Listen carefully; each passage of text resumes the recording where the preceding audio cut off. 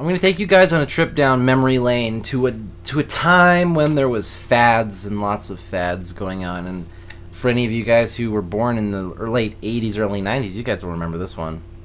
Today, we've got POG!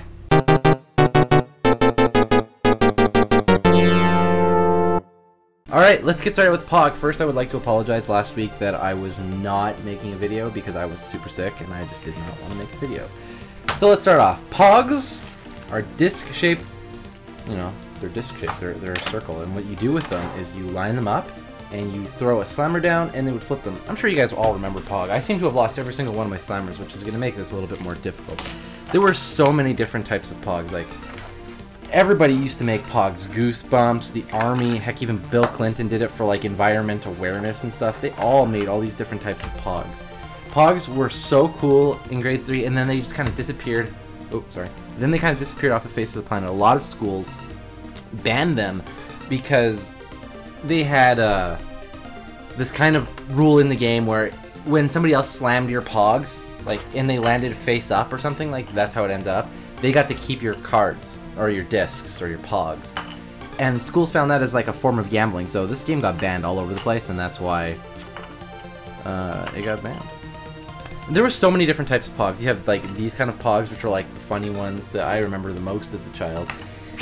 Let me just open up another bag for you. We have other ones, you know, we got like rarer ones that were kind of like stupid. They look like they had superheroes on them.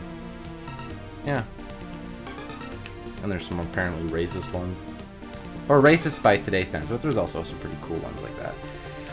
This game was just so awesome. I really wish I had my slammer still, but let's kind of give you an example of how this game was played.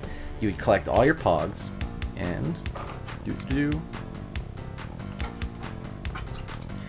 I used to have a nice collection of metal slammers too, which makes me upset that we can't find them. So I had this one planned, guys, so we have to do it. All right, almost done. Yeah. Okay, here we go. We would collect all these POGs and we kind of set them up like this. Actually, most people would do it from the bottom side down. Ooh. There we go. And they would take a metal slammer or a slammer. A lot of people had plastic slammers. I had a good metal set. A lot of people wouldn't use metal because they were kind of easier to flip the things. We're going to use the top of this because I have like a lot of POG. Still, like these are all kind of full. Plus my bag. What they would do is they would take their slammer, they would throw it down, and they try to hit the very sides of the slam, or of these POGs with the slammer. And what it would do is it would flip things like that. Like that was a bad example because this is not a good slammer. Well, let's see what happened. We flipped 2.